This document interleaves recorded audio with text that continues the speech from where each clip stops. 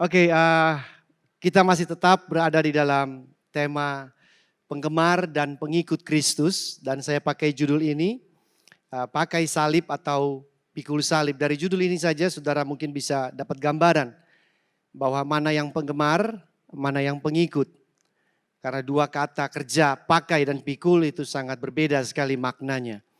Nah, saya akan awali dengan ayat ini. Saya ambil dari Injil Lukas pasalnya yang ke-14, 25 sampai ayatnya yang ke-30. Dan saya bagi 5 ayat ini dalam 3 fase atau tiga bagian. Ya, bagian yang pertama ada di dalam ayat ini. Mari kita baca sama-sama 1, 2, 3. Pada suatu kali banyak orang berduyung-duyung mengikuti Yesus dalam perjalanannya. Saudara baca baik-baik, itu ada kata yang sangat menarik di sana yaitu banyak. Katakan banyak. Berduyung-duyung, bukan putri duyung.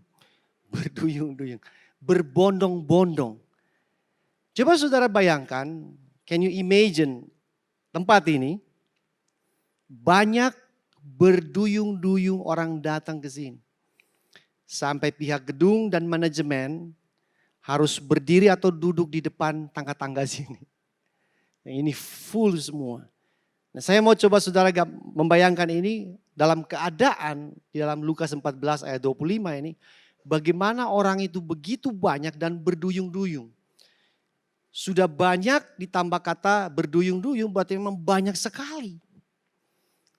Dan mereka mengikuti Yesus. Bukan mengikuti nabi palsu siapa, mengikuti siapa yang orang ini. Bukan. Ikuti Yesus. Tetapi pertanyaannya adalah apakah Yesus bangga atau Yesus senang dengan berduyung-duyung itu? Apakah Yesus tepuk dadanya dan bilang, wow, pelayanan saya sukses. Pelayanan saya berhasil. Dan saya menemukan di ayat berikutnya tidak terjadi demikian. Karena Yesus tidak memakai orang banyak sebagai patokan untuk keberhasilan pelayanannya. Yesus tidak memakai orang banyak sebagai patokan keberhasilannya. Gereja memakai patokan orang banyak sebagai keberhasilan. Saya pernah berada banyak kali dalam banyak kesempatan di dalam meeting yang isinya gembala-gembala, pemimpin-pemimpin gereja.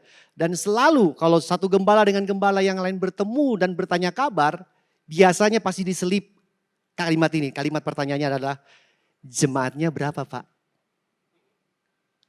Karena itu adalah KPI. Itu adalah indeks ukur keberhasilan sebuah pelayanan. Mungkin saudara juga sebagai anggota jemaat di sini kalau ketemu anggota jemaat gereja lain ditanya hal yang sama bukan? Kalau dia nggak tanya jumlah biasanya dia tanya berapa kali ibadah sekarang. Karena dari berapa kali ibadah tinggal kali jumlah kursi dapat total jumlah gerejanya. Setuju Bapak Ibu? Dan Yesus nggak pakai itu. Yesus nggak pakai itu karena Yesus tahu bahwa orang banyak itu bukan artinya berhasil. Orang banyak itu bukan berarti itu sebuah benar. Hal yang benar yang sedang diikuti. Banyak belum tentu menentukan bahwa di dalam situ ada hal yang benar. Saudara kalau tinggal di Jakarta, coba aja begitu ada demo di Bundaran HI, banyak kan? Tapi kita nggak bisa menentukan itu sebagai, ada hal benar di sana. Karena orang banyak berkumpul. Banyak bukan sebuah patokan keberhasilan dan benar. Ada sebuah novel yang dibuat menjadi film. Judulnya Poseidon. Mengenai sebuah kapal besar. Yang dimana kapal ini diterjang oleh ombak yang sangat besar waktu dia lagi berlayar. Dan ombak itu membalikkan kapal tersebut. Sehingga kapal itu yang dek atasnya di bawah dalam air, yang buritannya jadi di atas, upside down. Saudara bisa ikuti saya? Jadi yang dek atas di dalam dasar laut, di bawah air, sedangkan yang buritan naik ke atas ke permukaan air. Dan di dalam cerita itu, semua orang yang ada di dalam kapal tersebut berebutan untuk mencari jalan keluar, way out-nya. Nah, di dalam cerita itu hanya 10 orang yang berhasil hidup.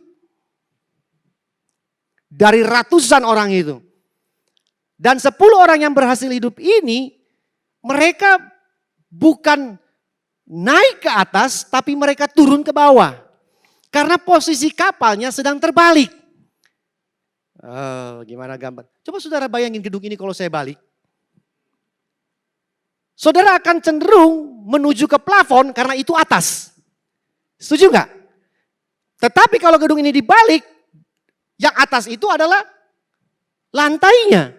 Jadi cuma 10 orang yang menuju ke bawah, ke lantai, ke buritan. Sedangkan yang ratusan orang berlomba-lomba menuju ke dek atas. Padahal dek atas itu sedang berada di bawah. Dan waktu 10 kelompok kecil ini bertemu dengan kelompok besar, terjadi keributan.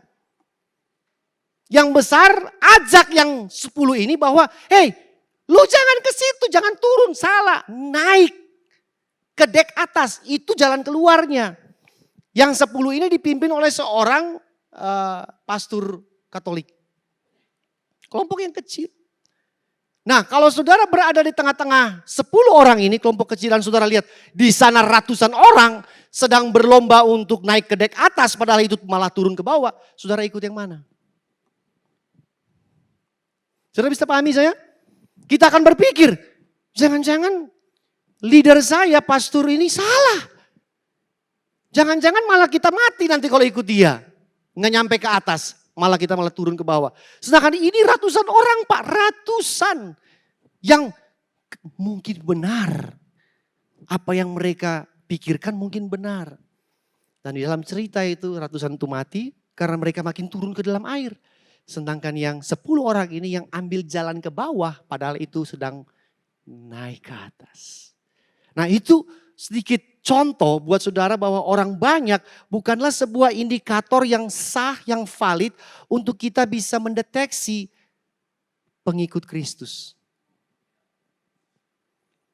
Yesus tidak pakai indikator orang banyak untuk langsung menentukan bahwa ini sedang mengikuti saya.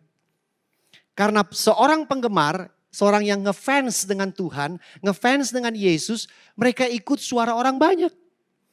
Sedangkan seorang pengikut sejati akan mendengar dan mengikuti suara gembala agungnya. Saudara bisa pahami saya? Di luar sana banyak sekali pengajaran. Di luar sana banyak sekali khotbah. Dan pengikutnya ribuan saudara, ratusan ribu. Tapi apakah kita bisa mengatakan bahwa itu adalah benar? Halo, Jemaat Riverside. Belum tentu. Nah mari kita lihat apa suara daripada gembala agung. Bukan suara orang banyak. Ayat berikutnya dilanjutkan seperti ini. Ini saya suka kata sambil berpaling. Ya, jadi kalau sambil berpaling itu gini ya. Misalkan saya Yesus. Saya bukan Yesus, saya umpamanya saya Yesus. Di belakang ini ribuan saudara. Banyak orang berpaling. Jadi sambil jalan dia berpaling. Jadi sambil jalan dia berpaling, dia ngomong. Dia bilang apa buat orang yang lagi ikut dia? Dia gak bilang gini, sebentar nanti jam 5 sore saya akan buat mujizat lebih hebat. Nanti sebentar malam ada ibadah, bawa orang sakit. Ya, kemudian nanti di akhir ibadah, manajemen daripada grup kita akan menyediakan konsumsi. Dia gak mengatakan demikian, dia bilang gini, jikalau seorang datang kepadaku dan ia tidak membenci bapaknya, ibunya, istrinya, anak-anaknya, saudara-saudaranya laki-laki atau perempuan, bahkan nyawanya sendiri, nyawanya sendiri. Saya jamin di dalam ruangan ini tidak ada yang saudara mau tukar nyawa saudara dengan apapun di dalam dunia ini. Setuju? Gak usah nyawa. Saudara berani gak tukar saudara punya ginjal? Kan ada 2, setiap orang punya ginjal 2. Ada yang mau kasih ginjalnya 1, saya hargai 100 juta? Kemurahan Pak. Ya udahlah kita naikin dikit lah bitnya. 500 juta saudara kasih ginjal saudara, ada 2 kan? Mungkin yang melarat banget pikir, 500 lumayan lah. Bisa beli mobil, bisa jalan-jalan. Nyawanya sendiri, ia tidak dapat menjadi muridku. Barang siapa tidak memikul salibnya dan mengikut aku, ia tidak dapat menjadi muridku. Saudara perhatikan khotbah atau suara daripada Yesus ini, perkataan Yesus ini sangat berbeda sekali dengan apa yang dikhotbahkan di dalam gereja akhir-akhir ini. Oke, saya nggak ngurus yang itu, biarin aja udah. Penggemar Yesus datang dan percaya saja, sedangkan pengikut mereka datang buat Yesus untuk pikul salib. Saudara waktu lihat perkataan ini, yakinlah bahwa begitu orang banyak ini mendengar perkataan ini, banyak daripada mereka langsung menghentikan langkah mereka dan berhenti di tempat.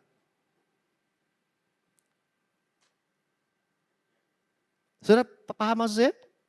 Begitu Yesus bilang, "Hei, sambil jalan nih," dia berpaling. "Kalau engkau tidak benci bapa dan ibumu dan tidak pikul salib, engkau tidak bisa mengikut aku." Pasti banyak orang langsung stop.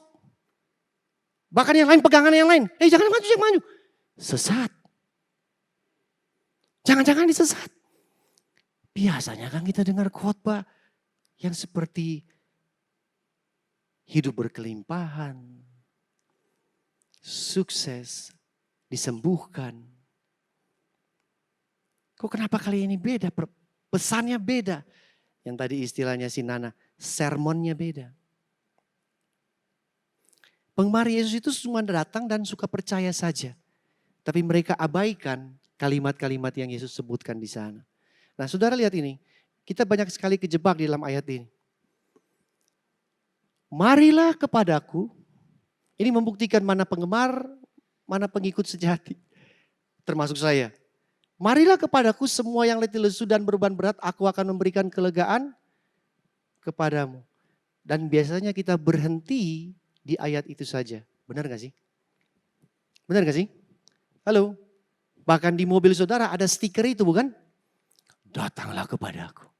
Aku akan memberikan kelegaan. Kita berhenti di ayat itu saja. Karena ayat itu cukup dengan percaya terjadi.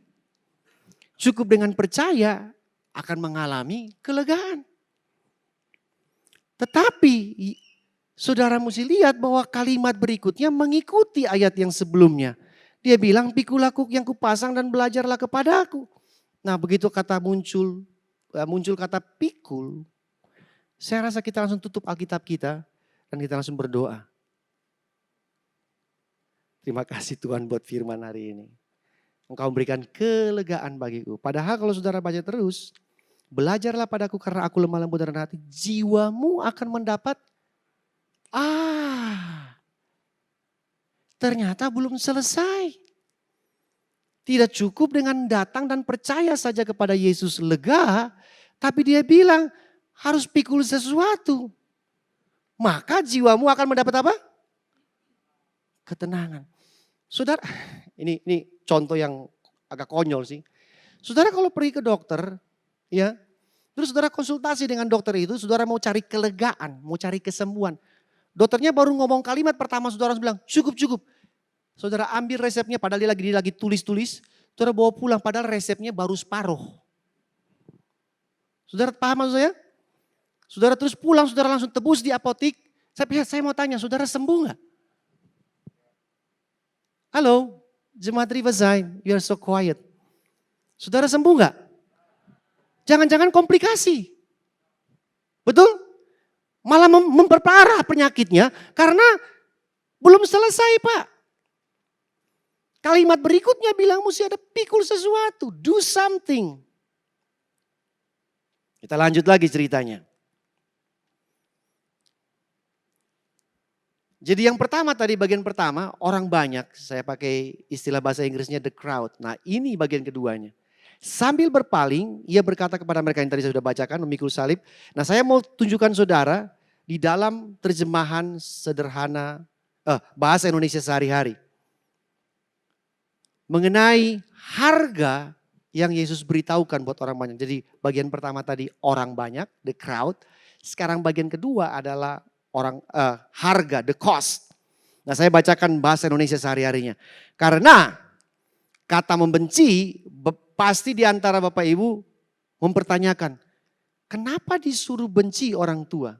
Apakah Tuhan itu sebuah pribadi yang mungkin sedikit konslet sehingga dia suruh membenci? Nah, bahasa Indonesia sehari-hari terjemahannya bilang begini. Kalau orang datang kepadaku tetapi lebih mengasihi ibunya, bapaknya, istrinya, anaknya, saudaranya, malah dirinya sendiri, ia tidak bisa menjadi pengikutku. Orang yang tidak mau mikul salibnya mengikut aku tidak dapat menjadi pengikut. Wah, kita sekarang mulai paham. Kata benci itu terjemahan yang lebih tepat, yaitu lebih mengasihi. Kenapa saya bilang membenci kata yang kurang tepat? Karena saudara harus tahu bahwa Yesus sendiri kasih tahu buat kita semua untuk menghargai, menghormati orang tua. Itu yang pertama. Setuju gak? Kalau ada agama yang suruh saudara untuk tinggalkan orang tua, ya, jangan pelihara orang tua, jangan rawat, jangan jaga, tinggalkan agama itu karena itu pasti sesat. Karena 10 hukum perintah langsung sudah jelas. Hormatilah ayah dan ibumu. Oke? Jadi Yesus tidak suruh kita benci seperti yang tertera secara letterlux di dalam hal ini. Yang kedua, kalau saudara masih ingat, Yesus waktu ada di atas kayu salib, di penghujung dia sudah mau meninggal, dia mau mati. Dia masih sempat-sempatnya berkata kepada ibu dan murid yang dia kasihi untuk dia titipkan ibunya kepada murid tersebut. Saudara masih ingat cerita itu? Dia bilang, ibu ini sekarang anakmu, ya dia ketemu muridnya, ini sekarang ibumu. Dia masih titip orang tuanya. Jadi ini bukan disuruh tinggalkan, benci dan jangan peduli dengan orang tuanya. Saudara, durhaka namanya itu. Yesus gak ajaran itu, tapi Yesus bilang lebih mengasihi. Nah, lebih mengasihi ini bukan artinya Yesus nomor 1 dan orang tua kita nomor 2. Karena kata lebih itu saudara akan cenderung menempatkan sesuai urutan. Ini tidak berbicara mengenai urutan siapa number 1, siapa number 2. Numero 1 sama numero 2. Enggak.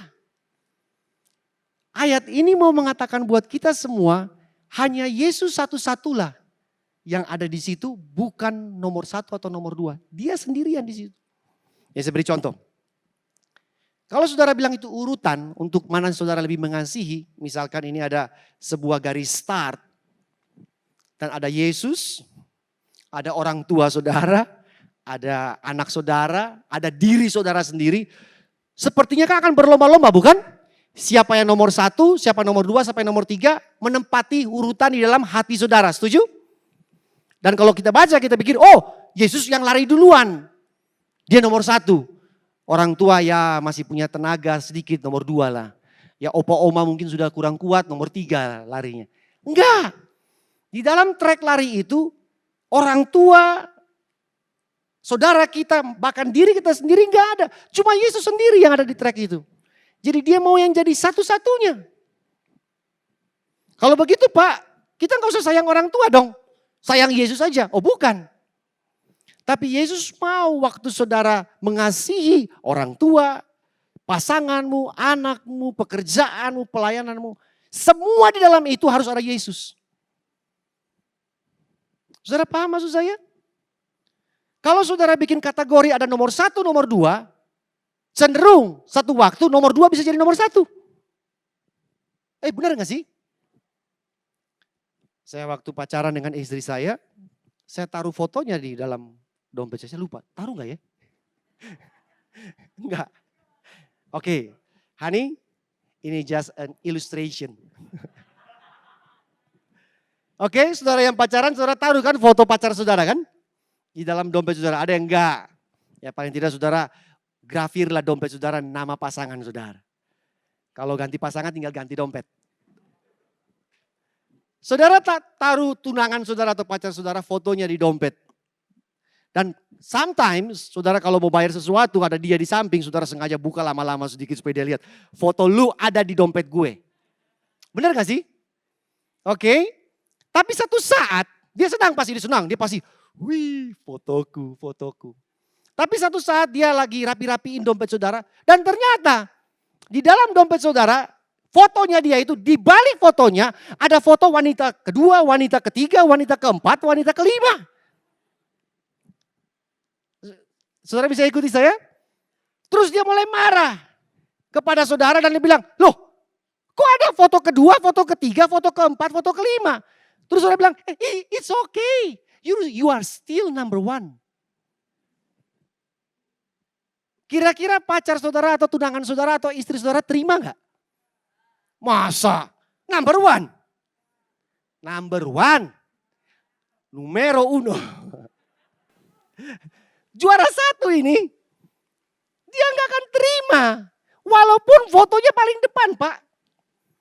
Benar gak sih? Dia akan, lu gue, N. Loh kan nomor satu, paling depan, di belakang saya gak akan balik-balik. Pokoknya dia di belakang terus. Dia gak mau. Sama seperti yang dikatakan oleh Yesus. Ini bukan masalah urutan. Siapa satu, siapa dua, siapa tiga. Karena di balik satu ada nomor dua, ada nomor tiga, ada nomor empat. Sampai sejauh ini saudara bisa paham apa yang saya mau sampaikan? Oke, kita lanjut ya. Nah, ada kata memikul salib.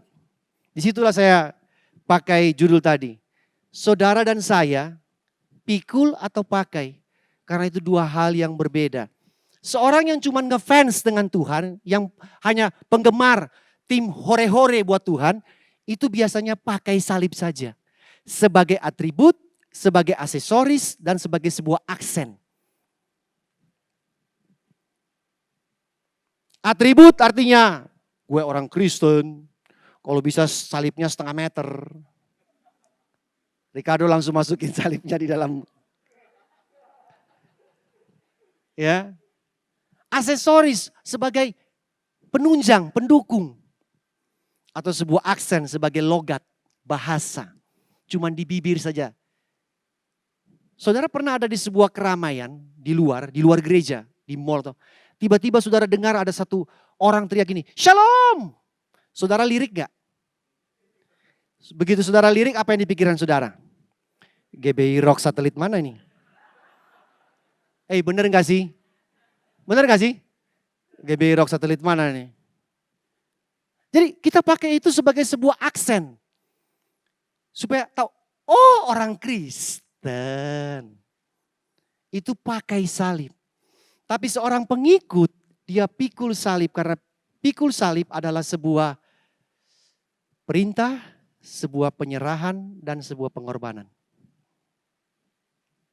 Dia gak pakai itu sebagai atribut atau aksesoris atau aksen supaya dia dikenal bahwa dia orang Kristen. Tetapi dia pakai itu sebagai perintah dari Tuhan, penyerahan bagi Tuhan, dan pengorbanan untuk Tuhan. Masih mau lanjut? Kayaknya makin ngeri nih saudara kalau saya lanjut ini. Karena waktu saya baca ayat ini, impossible. Ya, mustahil ini kita bisa jadi pengikut Kristus. Terus dia bilang begini lagi. Ini ayat yang saya dulu sering kali salah kutip. Bilang begini, ini lanjutan dari yang tadi ya. Sebab siapakah di antara kamu yang mau mendirikan sebuah menara, tidak duduk dahulu membuat anggaran biayanya. Membuat anggaran biayanya.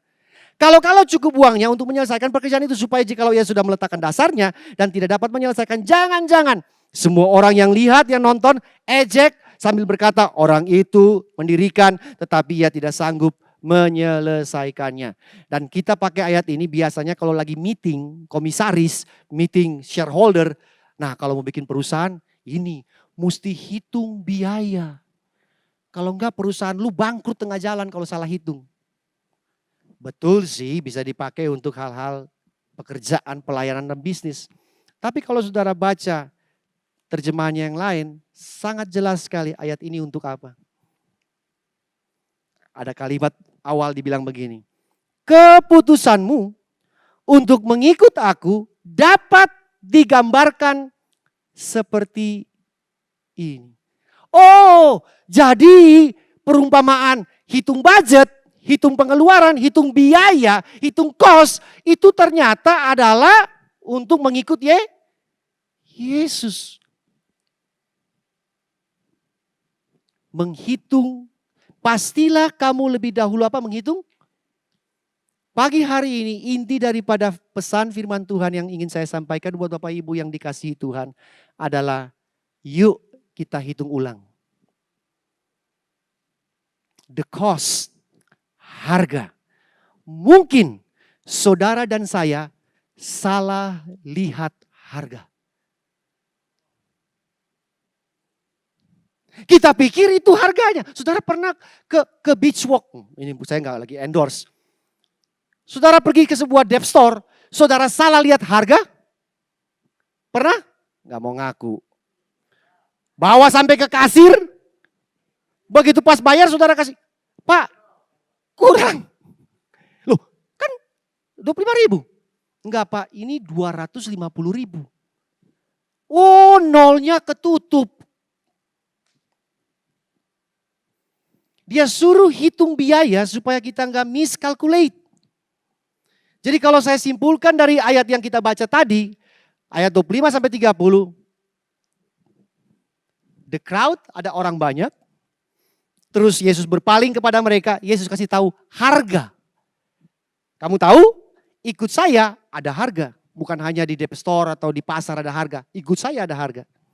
Dan kemudian dia suruh hitung. Calculate. Hitung.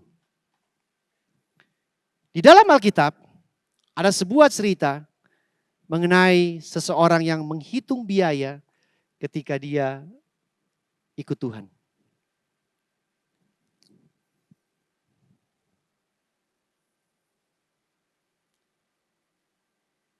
Saudara pernah dengar cerita ini? Anak-anak pernah dengar cerita ini? Ini cerita sekolah minggu.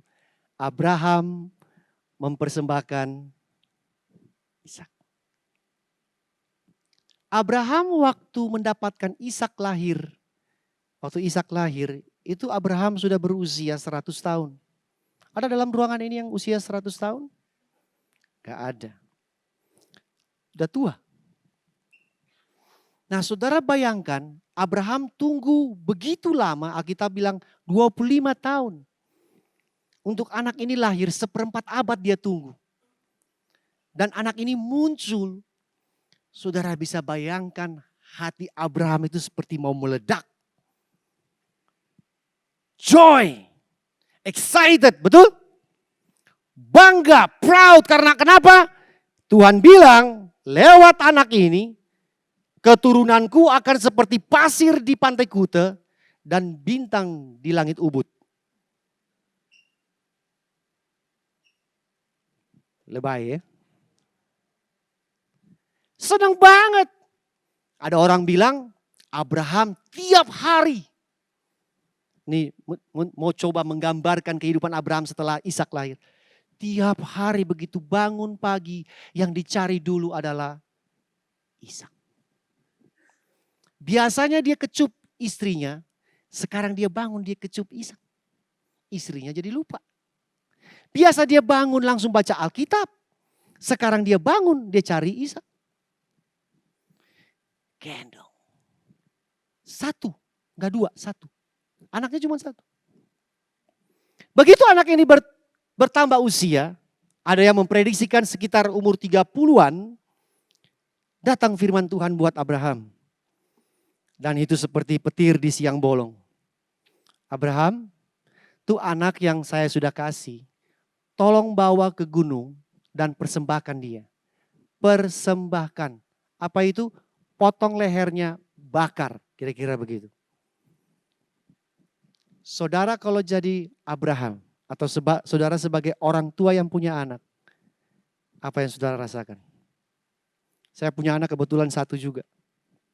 Saya waktu baca cerita itu, saya langsung berpikir gini. What kind of God is this? Ini Tuhan seperti apa? Saudara paham maksud saya? Dia kasih, dia janji lewat anak ini ada berkat besar, dia mau ambil. Kemudian cuma 1. Dan sudah umur 30, uang susu sudah berapa banyak habis. Sudah berapa malam bergadang gak tidur jagainnya anak. Udah besar. Dan Tuhan bilang jelas. Mungkin Abraham salah dengar, dia ambil korek kuping dia, bersihin kuping. God speak again. Tuhan bilang, itu sudah tadi yang tadi. Bawa anak itu. Kalau saudara punya anak, saudara pasti bisa rasa apa yang Abraham rasakan. Dan malam itu Abraham pasti gak bisa tidur. Setuju? Para orang tua setuju? Itu menjadi malam yang the longest night ever be. Muter terus. Pertama, dia merasakan kehilangan Ishak. Kedua, gimana dia cara ngomong ke Ishak? Karena ini bukan keponakan. Ini bukan sepupu. Ini bukan cucu, ini anak.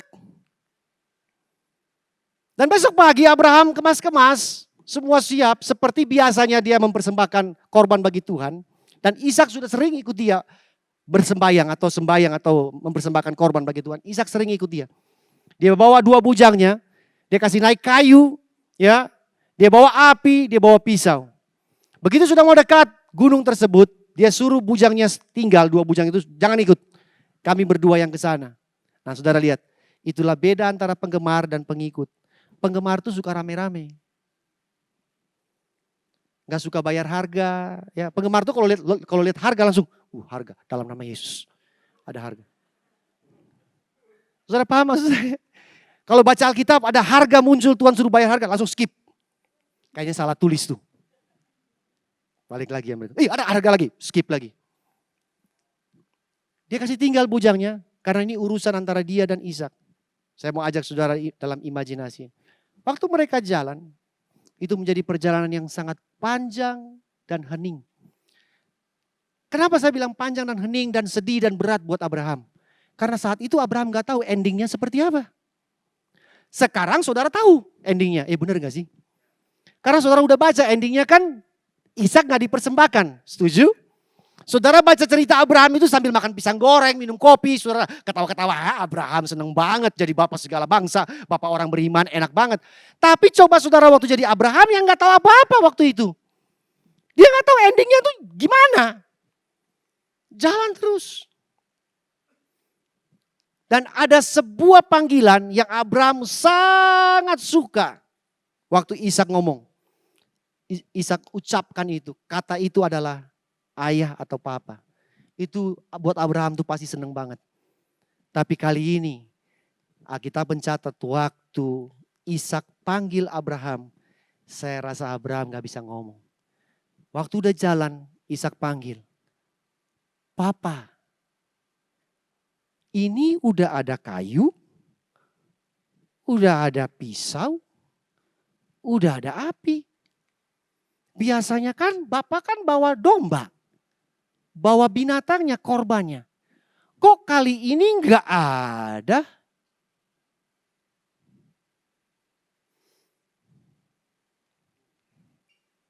What you gonna say?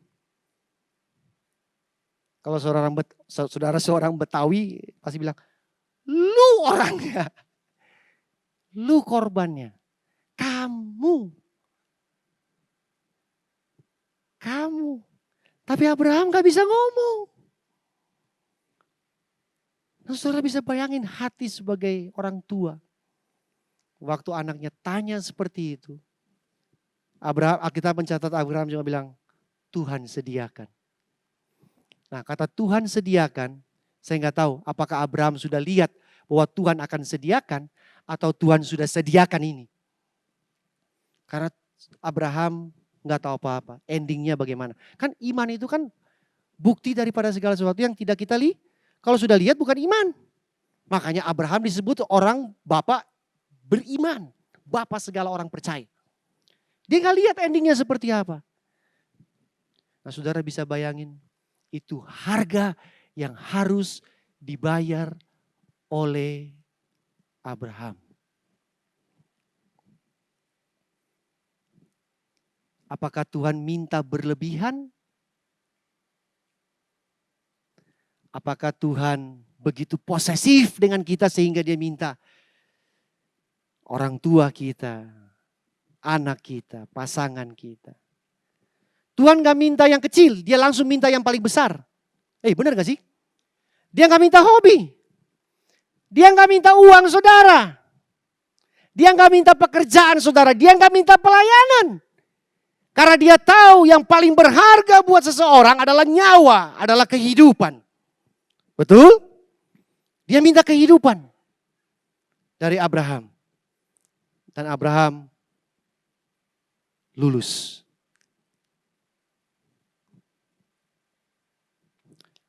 Allah melepaskan segalanya, yaitu anak satu-satunya untuk kita, sedangkan kita hanya melepaskan salah satu dari segalanya untuk Allah.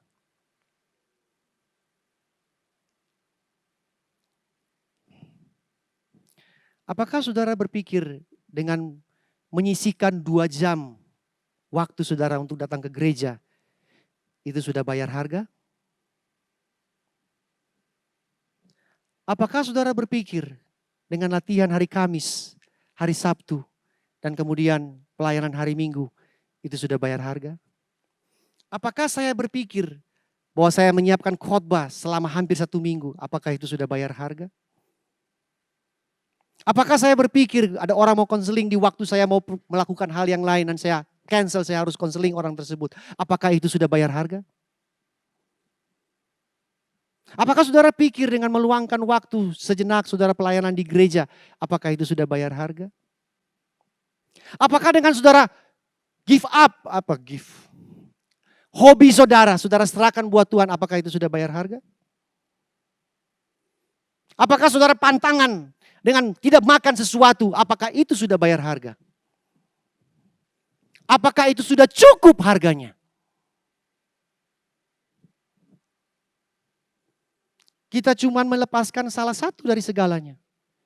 Padahal Tuhan sudah lepaskan segalanya bagi kita.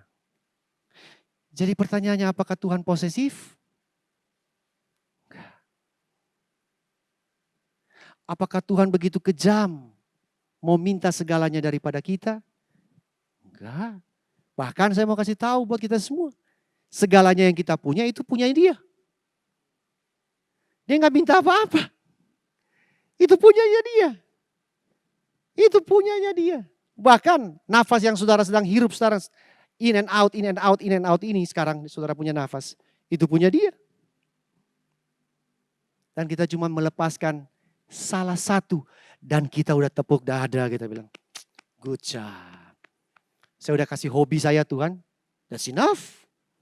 Saya udah luangkan waktu 2 jam loh. Ya buat gereja. Tapi apakah itu sudah cukup harganya buat Tuhan? Dan saudara sudah be proud of, saudara bangga bahwa saya sudah bayar harga. Makin sepi ruangan ini. Karena saya mau kasih tahu saudara, harganya mungkin saudara enggak nyangka kalau sebegitu besar.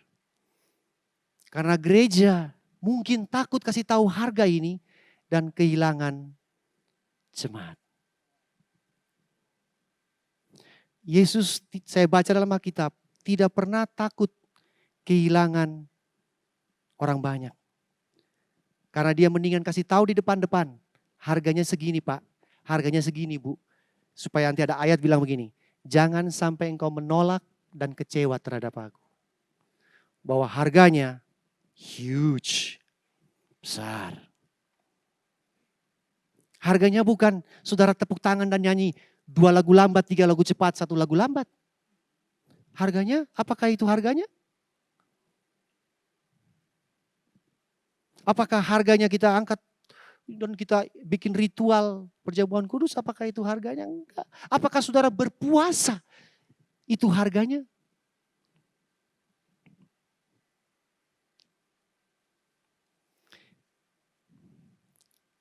Yang terakhir, betul, kata si Opa Billy Graham, keselamatan itu gratis, karena memang kita nggak bisa bayar. Tetapi mengikut Kristus, saya nggak bisa bilang bahwa kehilangan orang tua dan adik saya adalah cukup harganya. Karena itu masih salah satu dari apa yang saya punya. Karena Tuhan kasih segalanya buat kita. Kalau saudara pikir di surga masih ada hal-hal lain yang Tuhan sembunyikan dari saudara. Ada berkat-berkat lain yang lebih baik yang Tuhan sedang sembunyikan buat saudara. Lupakan itu, forget it. Karena dia sudah kasih. All. The only one. Satu-satunya. Dan dia cuma minta saudara bayar harga saat itu. Apa yang saudara bisa kasih? Mari pulang dari tempat ini. Saudara dan saya kasih keluar kalkulator. Dan kita mulai hitung-hitungan.